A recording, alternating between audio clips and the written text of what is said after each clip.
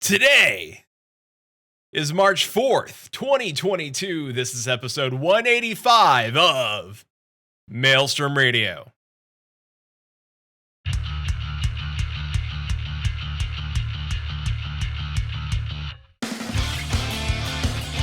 Maelstrom Radio.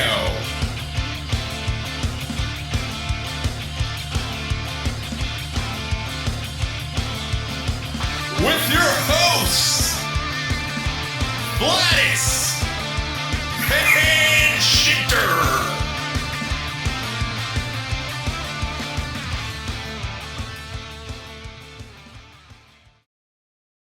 And welcome everybody to Maelstrom Radio.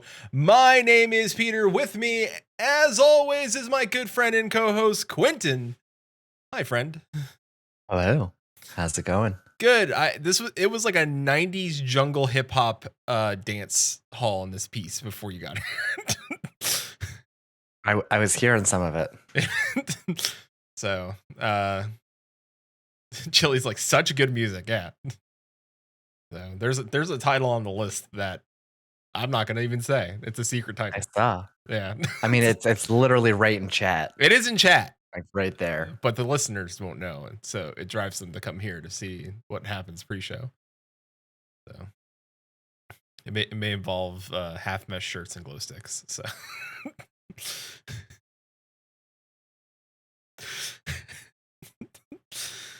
the such good music track. Yes. Yep. Yeah.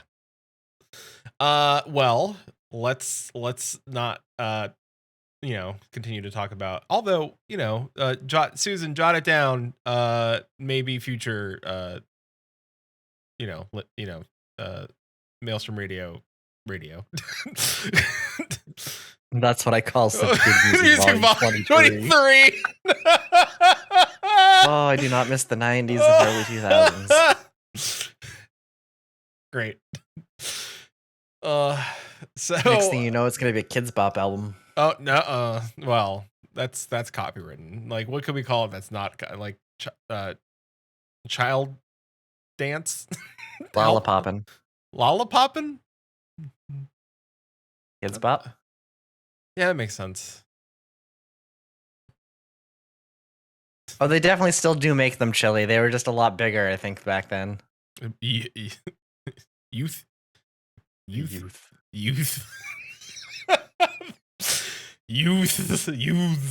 right. Well, anyway, let's get into our week. So we're in a consensual throuple with Final Fantasy XIV and Lost Ark currently. Are we though? I mean, one of the things are consensual. Both are. I mean, technically, we pay for one and not the. I don't know. Maybe it's just not sounding any better. Yeah, you're digging yourself a bigger hole here. Yeah. Final Fantasy is kind of getting neglected. Yeah. Well, not. We'll talk about it. It's coming up soon. But anyway, Northeast, NA East regular server, Mr. Makoko, if you want to join us, it's fun. There's a lot to do in that game.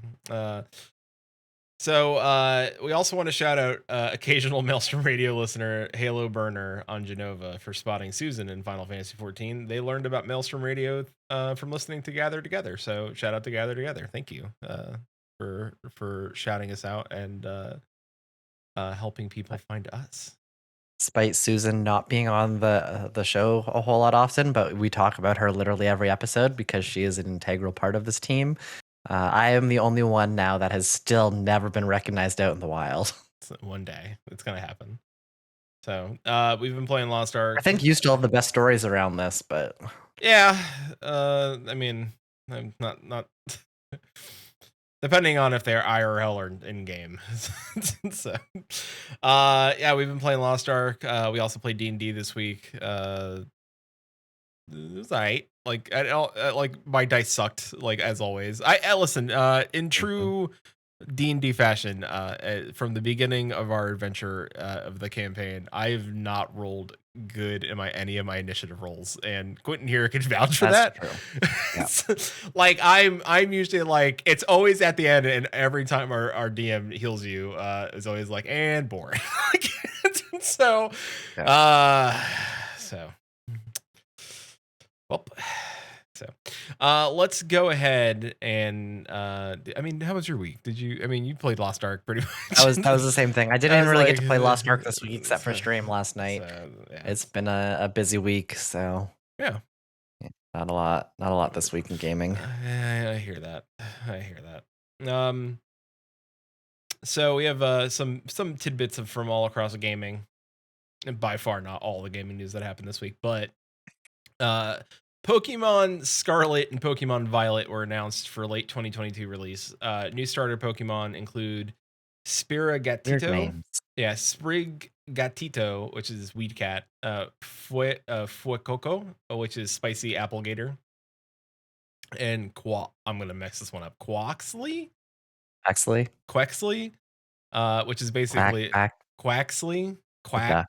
Yeah, Quaxley, basically Donald Duck from Kingdom Hearts. So, it's based on a Spanish-based reason. So we're guessing it's Spain. I would think it's Spain. Yeah.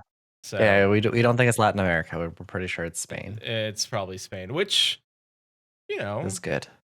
which is good. Like I feel like they've finally. Feels like this is a little late, but all right. My people are getting recognized in the Pokemon world.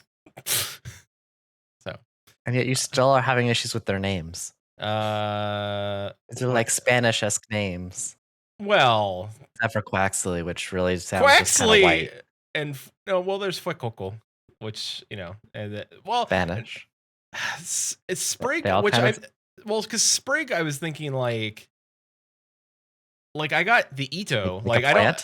Yeah, but then like Gat, like they were trying to fit like Sprig and then Gato and then Ito in there all at once, and it didn't really work out. So, like if I had it's like tiny weed cat.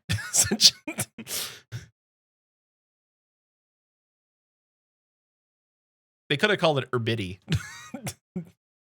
Wouldn't fit in with the too much the Spanish theme.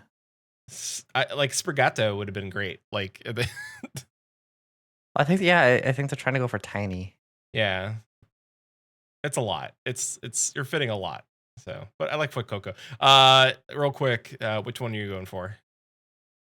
Honestly, I don't know, because out of all of these, I wasn't terribly impressed with all three of these starters. Like they're okay, but they're not. There's nothing that's jumping out that's like, I need to be this one, except for Quaxley, which is I don't want to be this one. So, poor Quaxley. I don't have a favorite of these starters. I'm gonna wait for the evolutions to be released before I actually start deciding. Like last generation was a lot easier because, like, honestly, Sobble is depressing Pokemon, but you got kind of screwed later because Sobble's evolutions were just like My Chemical Romance, emo, and yeah, like, well, not even in a good way, but like it was just it wasn't. Yeah. It wasn't as cool as the other ones, we'll put it that way. But Sobble's still the best of those three initial versions. And Susan's asking, are either of us going to play? I won't be. I would, if they make it like Arceus, which I feel is like a great It's not going to be an Arceus game. What's that? Because it's not. Arceus isn't a mainline game. These are going to be mainline games. Arceus it was a breath of fresh air from what it looks like. So I hope they would take stuff from Arceus and be like, oh, we're going to do this. And like, because I feel like a lot of people really liked Arceus. So I don't know. We'll see. It depends. Like if it just feels like Sword and Shield, then no. But if it feels like Arceus, then probably. So we'll see. I won't play it either way because I still haven't finished Sword or Shield or the ones that I had prior to that. So yeah, I am more likely to purchase and complete Pokemon Snap before I do this. Shit, yes. Wait for that Pokemon Snap DLC to come out. Anyway, but if I had to pick Spicy Gator, looks like an app. Spicy Apple, uh, looks great. It's a gator. I'm from Pepper. Florida. Yeah, it's a pepper, but spicy apple. uh, in a weird twist of news, Bandcamp is joining Epic Games. And I know a lot of people were like, why is this a thing that's happening? And please explain and elaborate. And if I had to guess, I think Epic is into acquiring places for developers and artists so that they can continue to get paid fairly. I don't I and I and I know that sounds weird, but Epic does pay the most out to developers on their platform versus Steam or Xbox. Xbox might have matched Epic at this point. I think they might have said Epic is right. We're going to pay our devs, their developers and stuff, the people who put the games on their platform more. So they might have matched, but PlayStation sure doesn't, and Steam sure doesn't. And I'm not sure for everybody else. Which is good, right? Like Epic Games does some things that are not great. Like saying, hey, Steam blocked people that are trying to do blockchain games and NFT games. And Epic's like, we'll take you. But at the same time, they're still trying to pay developers more. I don't think that's the reason. I Really? think that they're going in from the library point of view. Probably. Bandcamp has a very large number of music, which they probably hold some sort of rights to, or at least might shortly in the future. And Epic has this lovely game engine that they develop. And if you can combine cheap or royalty free or reasonable contracts with their game engine, that's going to be a huge selling point for their content, especially in conjunction with Unity and its huge amount of user created content. However, I don't think this is a good choice for Bandcamp itself. What if, hear me out. And we didn't talk about this on the show, but I know something else Epic has purchased recently. And something if they were purchasing this other thing, it would behoove them to purchase something that involved music later on, so they'd have easier access to, copywritten music or copyright free music, right?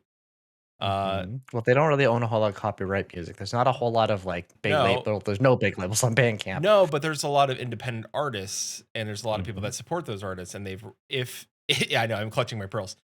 Epic Games bought Harmonix. And it really would make them it makes sense for them to be like, all right, well, like, what if you could play music from, let's just, for example, Anamanaguchi, if they're on Bandcamp, right? Like, I think that's where the problem is. Bandcamp doesn't have a lot of those big name, well-known artists. Yeah. It's a lot of the smaller artists, which is great for having their exposure to if they're going to put into something like Harmonix games. But in terms of selling units of Harmonix things, they're not going to go on there and be like, hey, look, we've got indie artist X from Bandcamp, and it doesn't really help.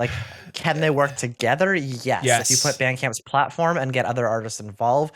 But then again, this is a net negative for Bandcamp because eventually they're going to want big name artists there, which is going to ruin the whole aspect of what Bandcamp has been.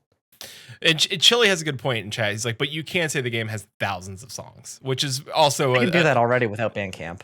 Could they? Because they might not have the rights anymore to certain songs. I mean, all they have to do is get the rights to it. So it's not hard to make a deal with some small publisher in order to get some sort of royalty, right? They could easily get a song with thousands of games with paying less than what they acquired Bandcamp for. Probably. So, real quick, thank you, Fen from VenChat, for the 500 bits. Have a great show. Thank you very much. Thank you. I don't know. I mean, so far we know that the CEO of Bandcamp says nothing's changing. Every single merger acquisition, he always says nothing will change. Give it 6 months, and then the first changes will start coming in. Yeah, so we have to wait and see what happens. If this will remain autonomous, I wonder. I wonder if it'll remain autonomous up until Epic needs something from it, and then it will not like. I could see that. I mean, they're probably already figuring out what they can do with it and how much they can get away with. Yeah. They know that if they do anything in the next 6 months to a year, it's going to absolutely crater that whole group. So they want to keep that goodwill that Bandcamp has made, especially since Epic itself doesn't have the best track record Yeah. with user goodwill. So if they go through that's and part of the start problem. destroying that, Bandcamp won't be around for too much longer, I think. Yeah. At least not in the same. It'll be around in the same way that Tumblr was around after Yahoo acquired it. Yeah. But like it, We're we'll gonna see. remove I think all the that poor. I think we won't see anything really for another 6 months at least, and then even then we might start getting hints. It'll probably be closer to the 1 to 2 year mark or sorry, closer maybe to like the 1 to 3 year mark usually, and that's when you start seeing when people start moving around. Especially the 4 year mark is going to be very crucial because I think usually deals are between 2 to 4 years. So if the CEO, the prior CEO and whatnot of Bandcamp hits that mark and suddenly is like, nope, we're out, you know that there was some creative differences there, and Yeah. they're definitely going to be changing. And if it doesn't, then I'd be interested to see what they're doing using it for. And if I would be curious to see as well. Like, I think that there's definitely opportunities that they could do. Oh yeah. Did they need that and acquire that company? Probably not. God, what was it? Harmonix released a game during, I want to say 2020, maybe 2021, where it was like you're a DJ on stage, right? And you did like constant remixes. And I can see using a lot of like remix artists or artists that are on Bandcamp, because like essentially you want good beats for that. It doesn't mean necessarily need mainline songs, but if you could Fuser, thank you, Chili. So where you would fuse songs together and make like these dance hip hop beats, and there's a lot of people on Bandcamp that make that kind of music. I can see them utilizing that for Harmonix and saying, hey, like even though there's not a name, like it doesn't, if it flows well for the song, like that's all that matters. And I know a lot of people used a Fuser to make like how can I explain it? On Twitch, people wanted to play Fuser on Twitch, but they couldn't. Right. So if they had an option to turn on like Bandcamp songs that were Twitch safe and they could still make their remixes for their chat and have like party night or whatever, that's totally viable. So there is potentially the question, like again, it comes down to what's that market like and what's the cost. Cost, yeah. Right. Like, and it's not cost to the company, it's cost to the consumer, right? Like if knowing Epic, and Epic is a company that wants to make money, chances are if you want to purchase these songs, they're not just going to give them to all of them to you for free. You will likely have to purchase all of these songs, which could be hundreds and hundreds of dollars. And from a business perspective, having a very large catalog of digital music where you can go and charge the consumer to have this music within your property, it's microtransactions. That's all that really is. So really, it's going to come down to, can we put this microtransaction? Can we put your music as a microtransaction in this game? Perfect. Speaking of microtransactions, Sid Meier, yes, that's Sid Meier of Civilization fame, says that your monetization is bad. Yeah. And it's ruining gaming. And I'm really boiling down what he was talking about. But to give you the short of it, Sid Meier said that companies are focusing too much on monetization, and they're not focusing on the core gameplay, making things fun. And it's something that he said that he is always going to be focusing on. He said for all his games until he's done making games, that it'll always be the core focus of his games is fun. And you'll never see. And we've seen that. Yeah. And don't get me wrong, I've seen Sid Meier's charge an arm and a leg for DLC, but but the focus isn't necessarily on the monetization. That's, I think, the key component here. We see a lot of indie games, a lot of indie artists come out with really, really good games completely out of left field because they're not necessarily focused on the monetization aspect. They're focusing on, let's make a game that people will like and play, right? Like they're passionate about.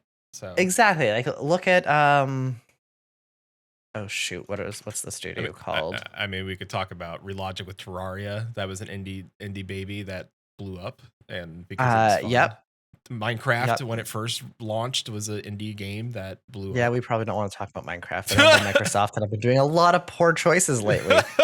I said originally. Originally, no, I was gonna say Supergiant Games. Yes, Because they are still a very small studio relatively, and I think every single game they've released has been a hit, like a really big hit, because it's something that they like, they enjoy, they put their effort in. They don't go in for all these DLC, all this monetization. Let's get every little dollar we can get out of you. They build a really good game, a solid game that people will enjoy, and people resonate with that, and it sells those games. it sure does. Like we have Bastion, Transistor, Hades. Like Hades, oh my god! I know I'm missing one in there, but like all of their games have been really, really good. The other studio that comes to mind is what's their name? Young Horses. The creators of Octodad and Bugsnax. Yep. Again, very simple games relatively. Octodad was even simpler way back when, and Bugsnax is a much bigger hit lately. But like again, focusing on the gameplay and the elements, and in these cases, very unique gameplay elements that may not appeal to everyone, but it was something that they wanted to build and bring, and they knocked it out for both of those. Susan's trying to look for Frog Detective 3: Corruption at Cowboy Country or County. Sorry, there was an update for it. The developer, she posted an update for it. She's working on it. It should be out later this year. So Chili's bringing up the point. He says, I think it really depends on the game, though. Indie games can easily do it, but AAA games cost way too much nowadays to not worry about DLC and microtransactions. The cost of creating a game has gone up a lot, which is true, but the scope in all of these has gone up, but it's because a lot of it is also focused around how can we build this DLC? How can we charge more for people? How can we do that? Part of it is they are afraid of raising the base cost for a lot of these games. The other part is that they put a lot of effort into things that might not necessarily have the return on the investment that they want. For example, if you want voice acting throughout your entire game, great. But that's in a huge cost and a huge size that you might not necessarily recoup. So maybe that's not something you want to prioritize for your game unless that is like a core part of your gameplay. Yeah. Right? Like even we look at Final Fantasy XIV with this, they did not focus on voice acting or cutscenes even really. They had cutscenes, but not to the level that they have now. Originally, they focused on their gameplay, their story, they did all that stuff. As they got more funding, as they got more money, as they got better at all of these tooling systems, excuse me, they came out, and now when we're at Endwalker, there are a ton of well done cutscenes. There's a ton of voice acting. Everything is in there. And you're saying the audience will complain. Well, yes, the audience might complain, but does that affect the sales of the game? Does that affect the actual end game? On the flip side of it, you're saying that people will complain that there's no voice acting in Pokemon. Breath of the Wild has very, very little voice acting, and the main character never has spoken in any Zelda game, mainline Zelda game. But it's still one of the best. It is one of the top selling yeah. franchises and one of the top Switch games out there. Yeah. So like, there are ways that you can do it, and you can do it well. And there are ways that you can kind of cut back at these things to make it look like you're doing high investments when you're not necessarily doing a high investment. That's not a mainline game, nor is it even a game. That is a series, I believe. Or if it's a game, it's CDI, and we don't count the CDI games because CDI doesn't exist. I mean, it did. No, it does not.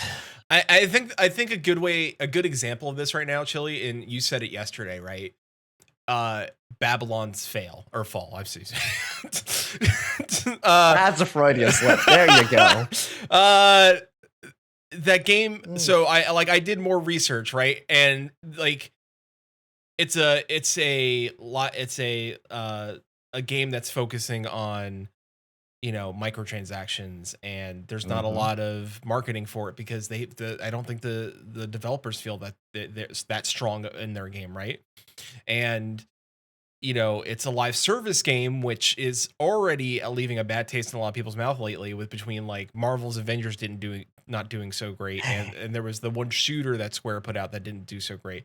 So this is what Sid Meier's talking about.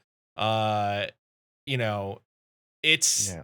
it's they focus less on the core gameplay, which he even says is cheap, right? That doesn't, like, you're making your gameplay doesn't cost you anything, Yep. right? It's everything else surrounding the game, like your marketing and that's expensive.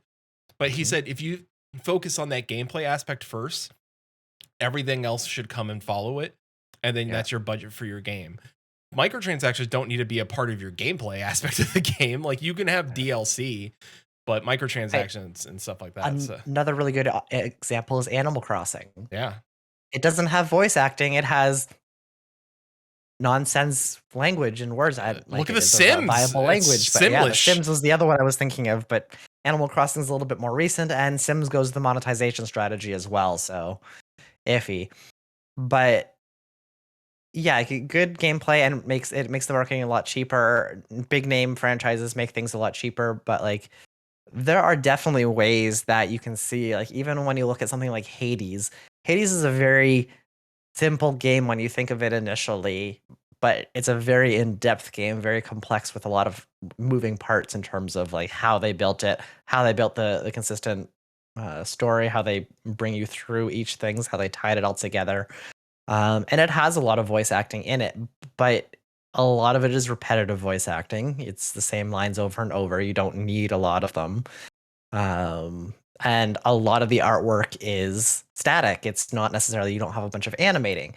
Two really quick ways of, you don't really need big cinematics. You don't need cutscenes. You don't need all this fancy voice acting.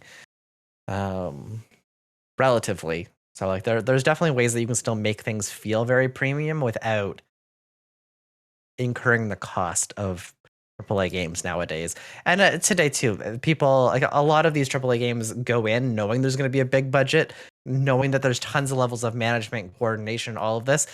There's a lot more, for lack of a better word, like wasteful parts of this. And some studios are really good about it, some maybe less so, but a lot of them, again, Yeah. like Peter was saying, they're focused on profits. They want to make the most amount of money for the cheapest amount, and that doesn't necessarily translate to good games. I mean, Assassin's Creed, FIFA, NHL, any of those sports games, Look at esports, like, Ubisoft. They're embracing NFTs, right? Like, yeah. and I mean, that's when you have a game series that you're pumping out a game every year or two, like, there's no innovation there. Those are strictly for profit. yeah. And then look, I mean, even good example is Assassin's Creed, right? Yeah. Initially, It Assassin's started Creed, off nice. it started out real great, like, but then all of a sudden, it's like microtransactions started getting into the game, Mhm. like nickel and diming people for things in the games. Like, that's not great. Like, Yep. I'm interested in the fact that the next Assassin's Creed is going to be the last yearly one. I, I don't know. Yeah, it's 'cause they run out of things to Ubisoft do. is not. Yeah, Ubisoft's not on my hot list right now. Yeah. So I don't know. Not great. Well, we did it. The only thing we have left is we want to give a short shout out to. Uh, I know Susan said we could probably cut it, but I'm going to talk about it really. It's Kaipia, who got the cold shoulder from Artisan Builds for winning a contest. But I want to say shout out to the gaming community as a whole and the Twitch community as a whole. Came together and boosted a streamer up that's a small time streamer, got her to 20K followers on Twitch. I forgot the number. I didn't. I'm sorry. 20K followers on Twitter, and I forgot the number on Twitch because it just keeps growing. So sorry, it was hard to keep up. And she was trying to pay it forward. She even said, she's like, please share. I want to pay this forward as much as I can. And she was trying to get everybody to follow people that are also small streamers. So go check her out. She's a nice person, and I'm glad companies and stuff like saw that. She deserves everything. So, but let's get into it. Let's live letter 69. Nice. It happened. And it was a shorty. It was a nice like condensed like live letter. I don't know what I'm doing with my hands, but this is the live letter condensed thing with right now. This is rounded. This is condensed. Okay. Yeah. Unless you're talking about milk. Okay. So, Rothgar Lalafell. No. Lalafell. They're under pressure. This live letter is under pressure. Anyway, so they went through and what everything we'll be getting in 6.1 and a few 6.x things going forward. So we, let's go ahead and talk about it. So currently, we're rating in Final Fantasy 14, but as any part of Final Fantasy 14, after so much time of the new expansion, there's always a drought, right? There's not much for us to do. We're a little burnt out. We also don't want to get too burnt out of the game. Thank you, Lost Ark. So I'm excited for what's coming up mid-April, and that's when 6.1 will be launching with the new patch called Newfound Adventure. So if the poster's nice, I suggest go looking at the poster. It's really driving home the fact that we're no longer special. We're just Rutsack and Questin again. So Oh no, we're not special. No. We're not just grabbing a sack and going questing. Yeah. We're looking good with Tataru's outfits. Well, not yet. This is like custom tailor made. Yeah, but still, all right. All right. Well, so is Tataru the short lady from The Incredibles? Yeah. All right. Yeah.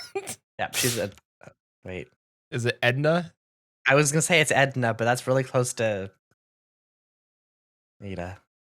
It's Edna. Eda. It's very close to Eda. It is close to Edna, but it's like Edna. It is Edna. Is it Edna? I forgot her last name, but Edna's great. Edna Mode. That's right. Yeah. All right. Well, everybody go watch Incredibles, I guess. Incredibles is great. Yeah. So same with the sequel. Yeah. So there's going to be new MSQ. There was a screenshot of Estinian holding a scroll. So yeah, he's got no job now, so he's making guild by running maps.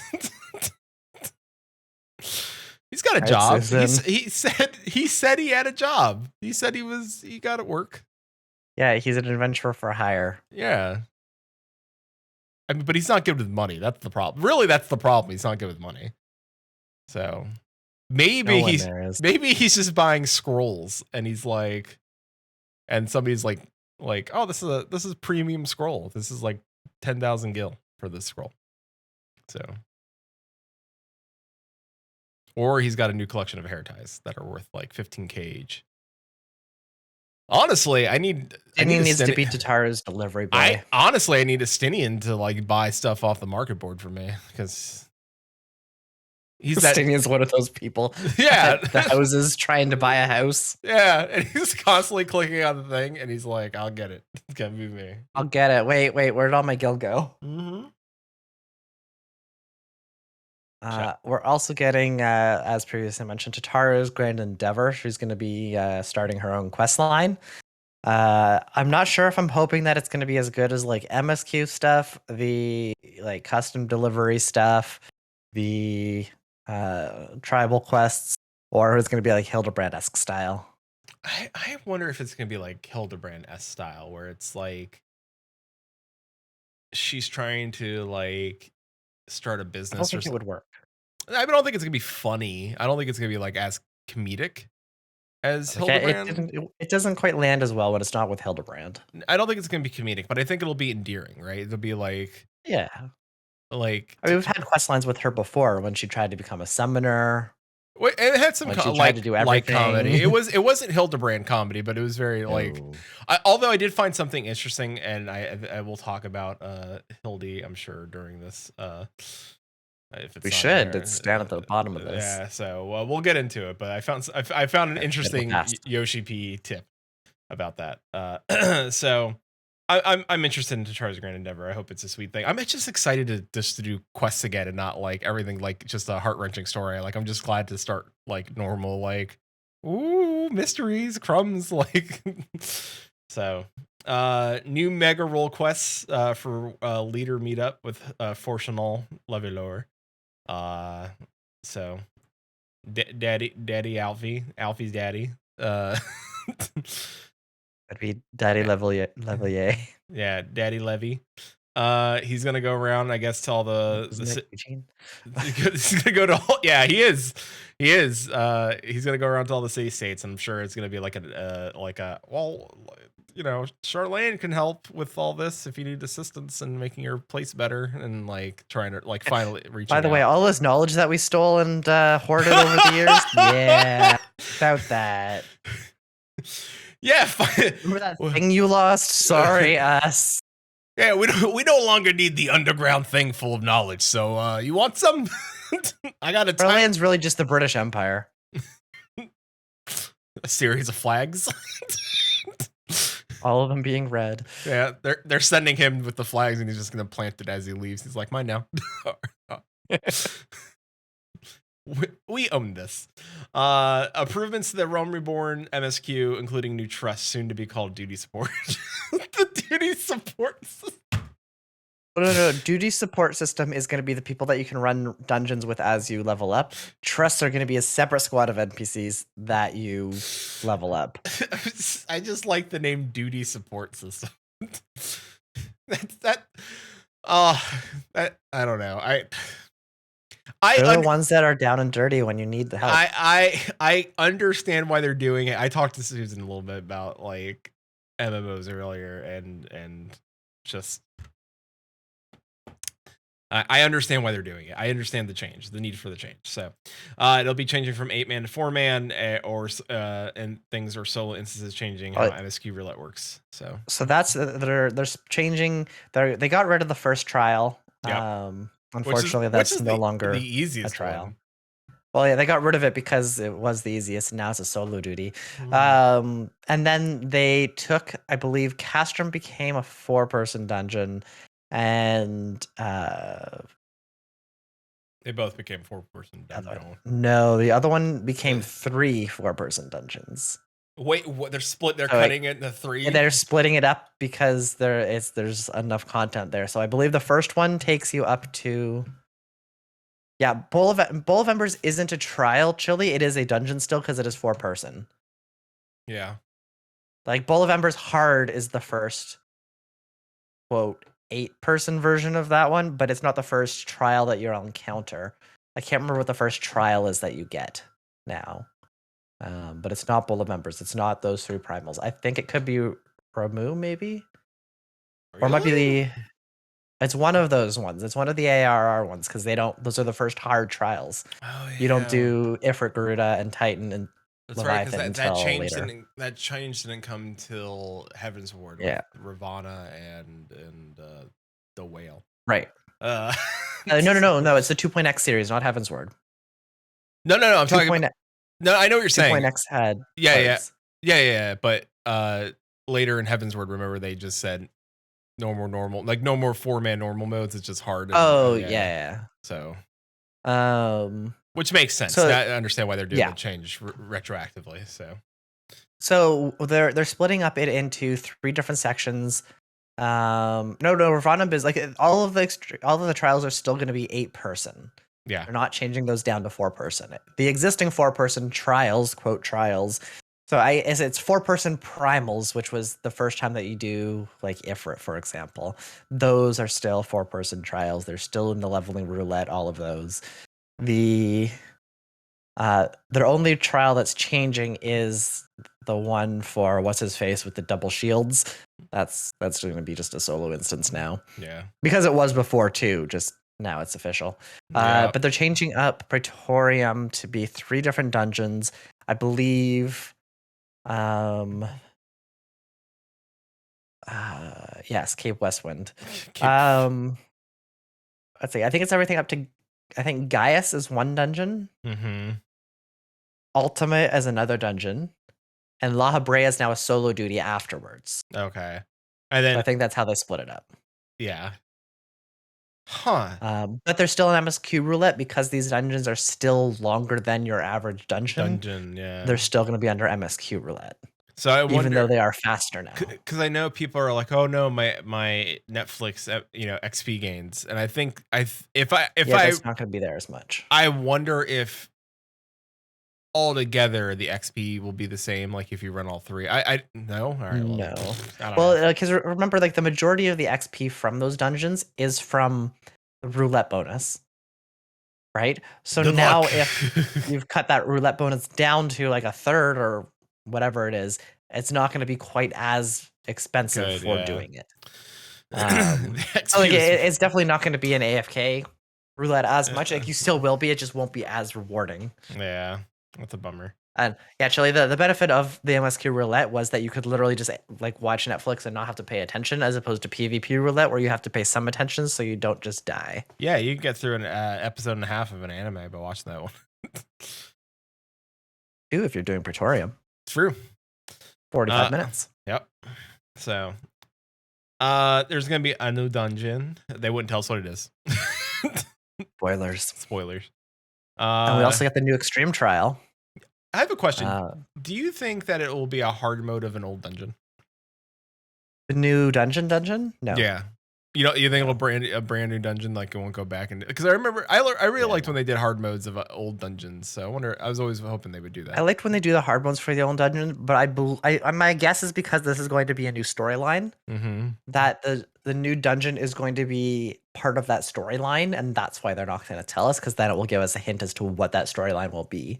Like, for example, if we go to Maelstrom, like we talked about in the past, like if they mention that the dungeon is some location in Maelstrom, we know a lot of information that's potentially very spoilery. Yeah. So my guess is at least no, not for the 6.1 patch. I think this is going to be brand new content. I don't think they're going to be like, hey, here's some recycled content for you guys in the 6.1 patch here. Yeah. They want to come out strong out of Endwalker. Yeah. Chili says, don't think we'll ever see a hard mode again. I wouldn't count that out. Yeah, I think we will start seeing them. Like we've talked about in the past, they were talking about like harder versions of dungeons. I think we were talking like the mythic type style dungeons. So I could see that kind of getting rolled into that system.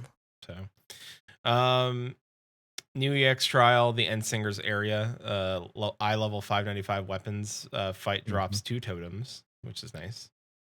That's pretty standard now for these ones. Yeah. So I wonder how hard it's going to be. Because, I remember seeing that it is going to be fairly hard. Like, goody. Decently hard. I mean, I expect it to be on like Shinryu level hard. It's a pretty tough fight. Endwalker version. That's not. That's what I mean. Like, remember, well, even people still have issues with the regular version of this trial. Remember. So, like Shinryu, you're getting planets chucked at you. Planets, moons, something. Things exploded all over the place. Giant, not great. Orbs. Yeah. And then we went forward and back and forward and back and forward and back. And 1 foot forward. Ultima's Bane Unreal. So that's gonna be the new Unreal. I feel like that'll be easier than Leviathan. I feel like Ultima will be. I don't think Ultima was harder. Like Leviathan was tough. Yeah, well, Leviathan was tough for other reasons too, but Ultima has some really interesting mechanics. I think that could make this a lot of fun, especially considering that Ultima contains or has abilities from Ifrit, Garuda, Titan. There's a lot of interesting pieces. Chili says Unreal Ultima was one of the hardest fights back in the day. It was fun. For your enjoyment, though, we finally get to see the first Myths of the Realm Alliance raid. I'm excited. Yeah, we get to go to church. Because they kind of teased Ralgar, and I was like, woo! And there was some lightning. There was a little bit of like a faint design. Like you look real close, there's some lightning designs. I'm like, whoa! So I think we're gonna finally see where our primals came from, and that's gonna be super exciting. So they came from us. Well, they came from us, but we knew that. So but they're going to be based on something like a myth or a legend, and then thus creating a future myth and new legend. So You know what's A happening. perfect legend. I'm not the only one. Moose knew. I looked as like I saw that and I like looked at Twitter and Moose was like so he knows what's up. People with beards understand. Alliance. So the Alliance raid can be anywhere. We're not sure where it's going to take place. We saw, Church. yeah, we're going to church. Take me to church. There's going to be job adjustments. They just didn't want to tell us what they were. Yeah. But not a whole lot because it is very hard. They said that it's hard to balance job adjustments when Ultimate comes out. So they didn't want to do too many big things. Please fix Dark Knight. Please. It's not bad, but it could be better. Please. Just all I ask. I'm just sitting here as machinist. You're fine. Well, Yeah, no, you're not. No, I'm not. I'm like worse than Dancer almost. Yeah. Oh yeah, no, Chili. They announced one Dark Knight change. They didn't announce changes. A change to one thing. Yeah, they're changing the dim nights. Yeah, it was just like, what if we changed Living Dead? It's like, all right, yeah, thanks. That's the one thing all right, yeah. Every Dark Knight complained about that one thing. Yep. Feast is going away, but we get new PvP rewards and a new system, Crystalline Conflict. Not to be confused with the Lost Ark Crystalline Aura, which is their monthly subscription. Yeah.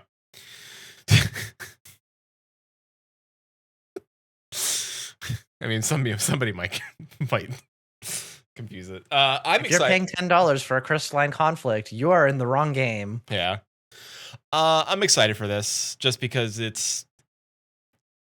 in my hopes, right? This isn't competitive PvP. This is fun PvP, right? This is just gameplay for the sake of gameplay, right? It's just, I know you're turning, but it legitimately is, right? When has PvP ever had people that just play for fun? But that's the idea behind it, right? Like it's a game style thing, right? You're like, oh, you're pushing a thing back and forth, and like I played like if it's like Overwatch in terms of like, oh, push the trolley or whatever like that. Like it's competitive, but it's a lot of fun, right? Like I have a blast doing it, and if it's with friends, it's even better. Like I don't care about the competition aspect of it or winning, but I like the fun aspect of it. So I'm hoping it's fun. Like that's what I want that to be, like them to focus most on is the fun aspect, because I think that's what PvP in Final Fantasy 14 is missing is fun, right? Like they're some Among of their other things, yes. yeah, their PvP not a strong point. Yeah, like if they just said, "Hey, what if we focused on like cool gameplay aspects versus just trying to kill each other?" I think that could be a lot of fun. And then like you still have to do that part of it, but yeah, Chili's right. I mean, it has Bomberman looking traps. I'm like, and environmental hazards from like the zones and stuff like that. So, but does it have Bomberman in the game? Because Lost Ark does. That's true. Maybe it's a possibility. And so does Pummel Party. Yes, it's also true. Ishgard housing is finally available for purchase. So if you wanna come to the hottest new No. Yeah, it's got a sauna. No, it's cold. No, it has saunas. Just because it is a sauna does not mean that it is freezing. When's the last cold. time you had a nice sauna? It's cold. Yeah, it's fine, but that's why they have the saunas. Yeah, but sauna. but it's still cold. And heated pools. Which you need because it's freezing cold. All right, well, what's so great about the other one? Sand sucks. Nothing. All I'm saying is it's not the hottest destination. It is literally the coldest destination. I'd rather be cold. You can only take, you can only take off so many clothes in the desert. So Chile is correct. The Goblet is the warmest and has swimming pools. Yeah, but you can only take off so many clothes though. Like there's a limit to how many clothes you can take off. Like eventually the police come. Like you can't. Yeah, the FC, I think switching the FC house location will be a nice change. So, and we have people that are helping with that. So, and also it's got multiple jumping puzzles. So really, a new customizable profile display feature, adventure plates, previously called calling cards. I like the name adventurer plates. So we'll be able to customize our plates. So I'm assuming it's like our I wonder if they had to change the name calling card because that's what they're called in Call of Duty, and I wonder if Call of Duty, if Activision would. Yeah, I don't think you can really copyright Well, that term. No, but do you think they would have tried to be like, hey? I don't think I you think can they either. took it away from calling card because calling card has other connotations in English. Okay. So I feel like Adventurer Plates is a much better version of this. Here's my calling card. Like Yeah. like 1920s. I met a nice lady at the bar, gave her my calling card. No, I was gonna say, like, we collected a lot of them when we were in Vegas that one year, remember? Oh, those calling cards, yeah. Yeah, those ones. I mean, there's a TCG waiting to happen with those. If I had enough money, I would make calling card TCG.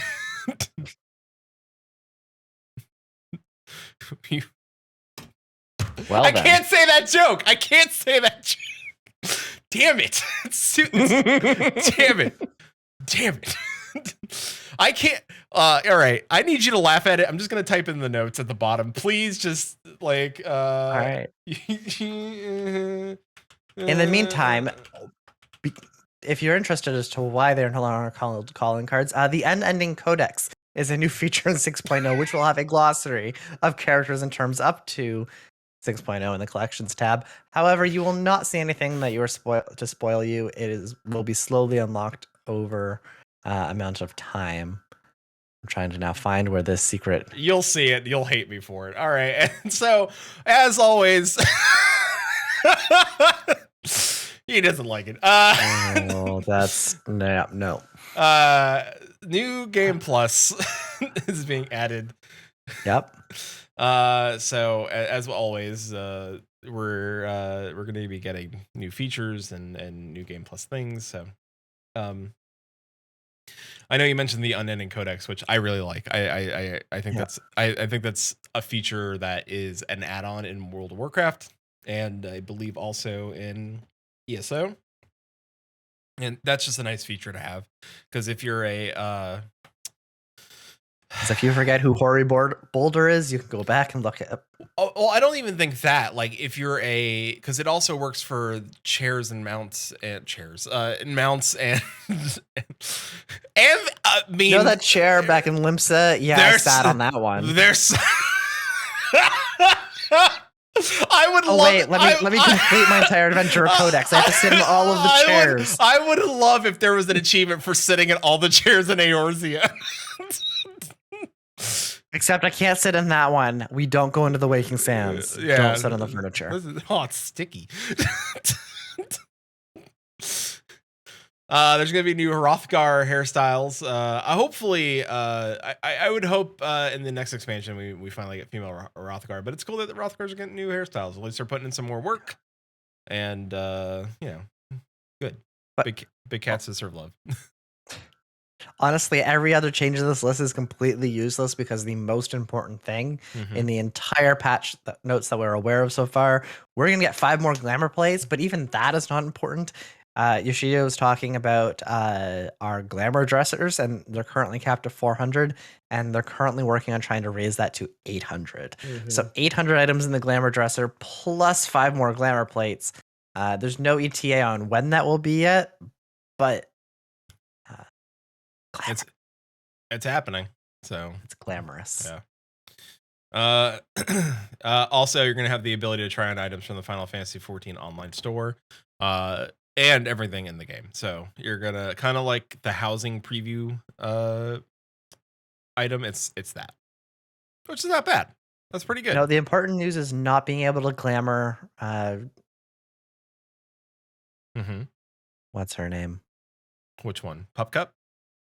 Emilience. Uh-huh. It was in patch 1.65. It's lower down. That's why I had to find the name. That's not the most important news. The most important news is that I have 5 more ways that I can dress up. Okay. I don't care that you're going to give her bunny ears and like the near dress. Well, she's not getting the dress. She's just getting the legging. Also, there's new idle animations for umbrellas. I don't care. I just don't care. They're useless. They're the most useless thing. They're so useless. So everyone in RFC is going to have a bunch of idle animations for umbrellas, and Peter's just going to sit there being like, They're pointless. They don't do anything. You can't use them on your mount. So what's the point? We're not on our mounts most of the time. Yeah, but what's the point of having an umbrella? It's not raining all the time. No, they're parasols. Parasols are different from umbrellas. They keep the sun out of your eyes. And some of them are umbrellas. Some of them are umbrellas, yes. I really thought Chili typed it because it raisins sometimes, but it's rains. I was like, you know what? Sometimes it does raisins. You should get your horse checked.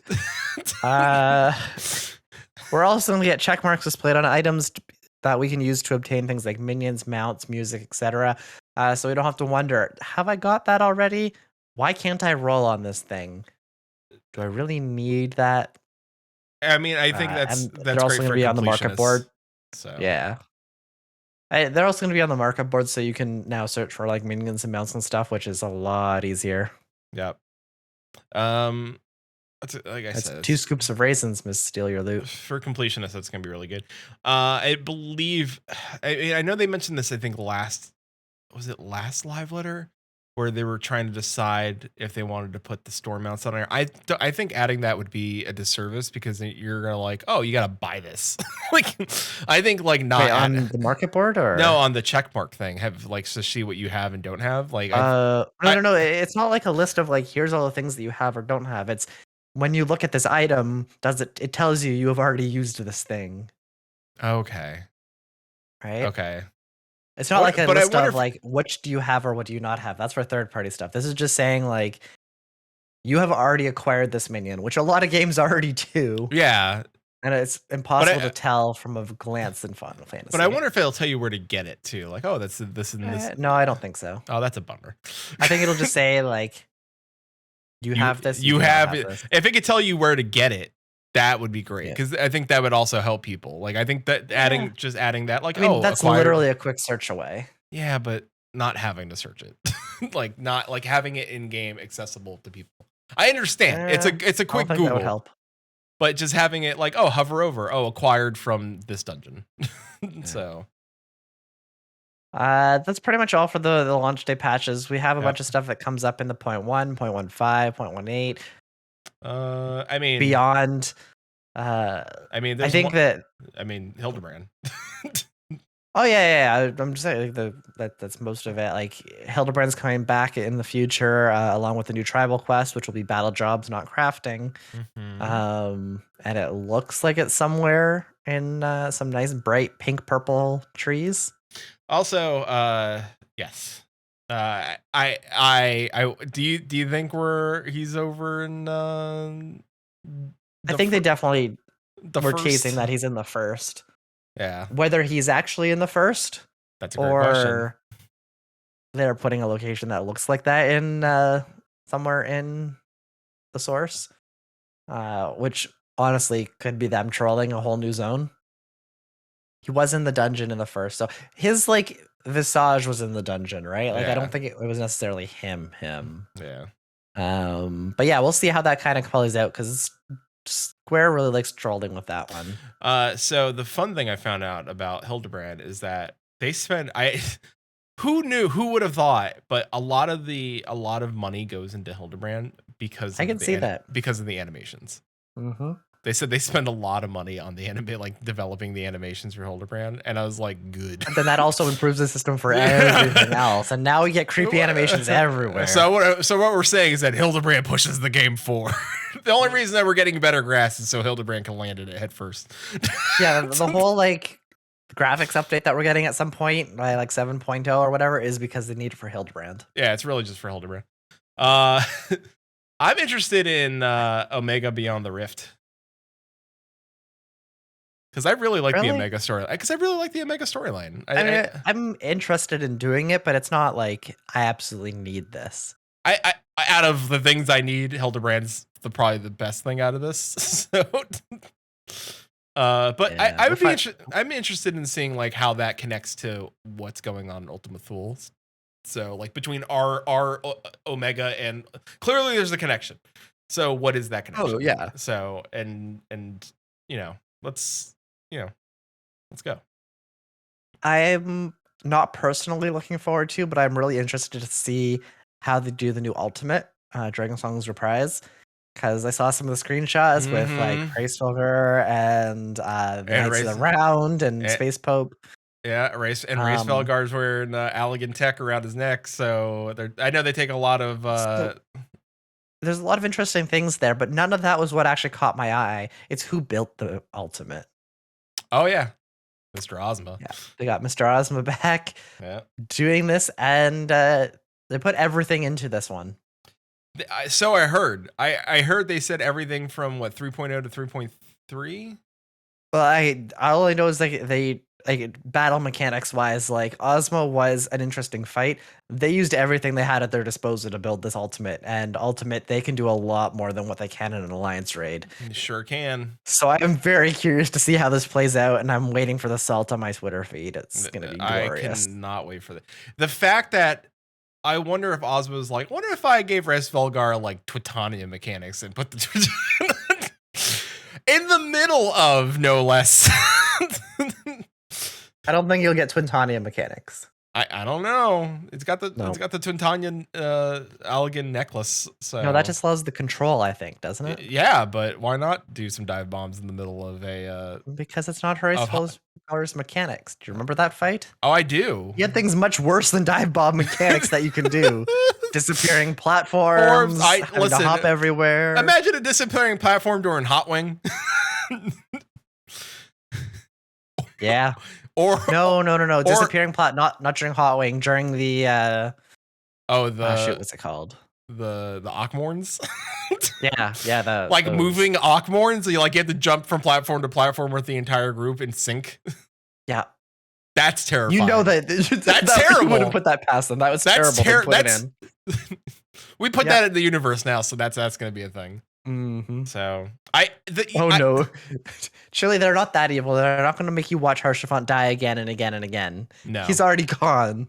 No, but I have a feeling that Eyeball, Estinian's going to show up. So you have to specify Estinian now because there's multiple eye people. Yeah, Eyeball one though. Eyeball shoulders. So Dragon Estinian.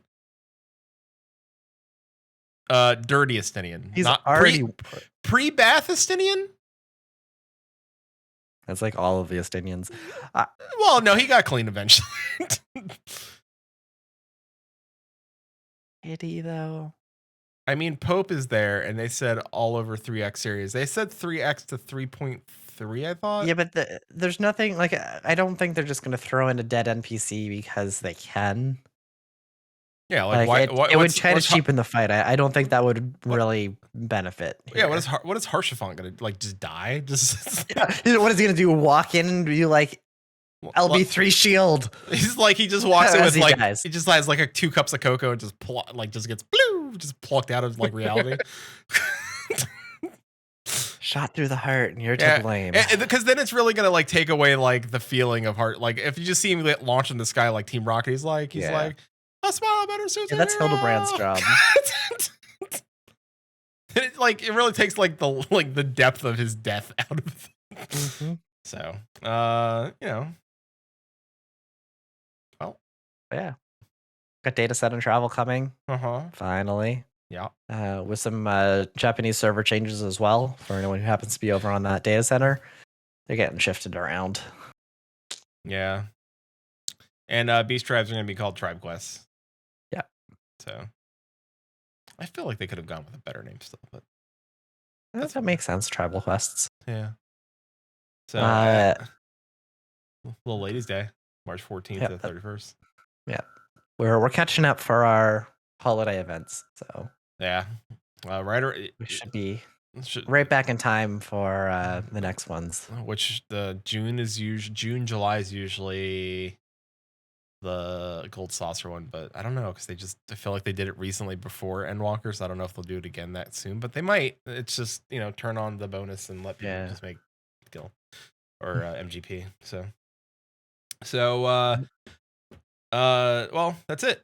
That was the live letter. Very condensed version of the live letter. Mid-April, which we still got another month and a half to go until we see that live the game. So We might see Garo in June, maybe. Well, maybe. We'll see. I don't know how they're going to do it because Garo is so very specific, and I think a lot of people are not going to want to do Garo. So I did Garo. Not everybody's going to want to do Garo. So. I didn't do all of it. I don't have the characters leveled for it. Yeah, all of it. You got to do all of it. No, you didn't do all of it. I did all of Garo. I didn't do all the classes because you could just go and buy. I could buy it all. Vivi, thank you. Could you? I don't think you, because you had to have all the classes leveled. Yeah, to 15 or whatever. You know, I could get them. So. I know. I think it was 50. I thought that you needed. Oh no, maybe that's no. You needed you needed 50 to wear the items, which would allow you to get the titles. And I have all 3 mounts, so I got all the things. But you don't have the titles. Not the titles, but I don't care about the titles because you only need the title, so you can. So you need the title, so that you can get points for the wins. You get the wins to get the mounts. It was a very convoluted system, but I did it and I got my mounts. You also needed the titles for completion. Well, I don't care. I just wanted the mounts. And you can't be, anyways. I just wanted the mounts. But yeah, that's about it. That's it. Well,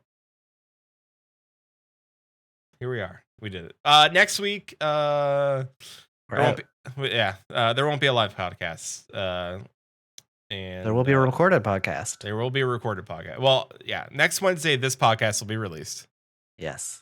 And the following Wednesday, you'll get a bonus round. And I believe that's going to be, you'll see. I know what it is, but you'll see. So it's something that people want. So you're going to get it because you want it. So also slight change from our regular schedule. We do not have any scheduled streams next week. We may have unscheduled streams. However, our regular Monday and Thursday and Friday streams are not being scheduled next week because our regular streamer is not here. Yeah, me. I'm not. Hi. Yeah, I will be. I'll be away. So, but I need a break. So, yes, take your break and then come back. And while you're away, if we do happen to have any streams, we'll see about that. But in the meantime, we are still on our goal for 777 followers. We are 150 away currently. If we hit that goal, there will be a Kigurumi stream. Yeah. It's a very long goal. We've been waiting for this for like half a year now, and I'm really hoping we don't hit it during the summer when it gets hot. So maybe hold off and either do it really fast or like wait until the autumn. Yeah, have us hit winter. Yeah, maybe if there's like a special stream next week and we hit 150 because you're sharing it so widely across the internet that people just come and show up, that'd be great. Yeah. So. But if there are any other things that you want us to do or schedule for goals and whatnot, let us know. Join us on Discord. Send us emails. We're still waiting for all of your emails. Yeah. So, as always, that's all I really, that's all I got. So, I did the spiel. You did the spiel. But so we'll see you, not next week, but we'll see you in 2 weeks. 2 weeks sounds right. Roughly 2 weeks. So, and as always, till sea swallows all, keep listening.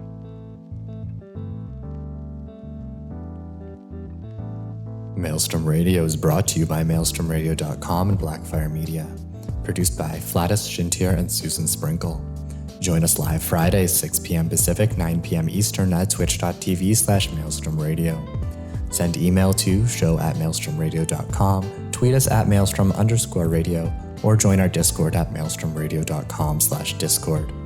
Views and opinions expressed by our hosts and guests do not reflect the views and opinions of any companies discussed on today's show.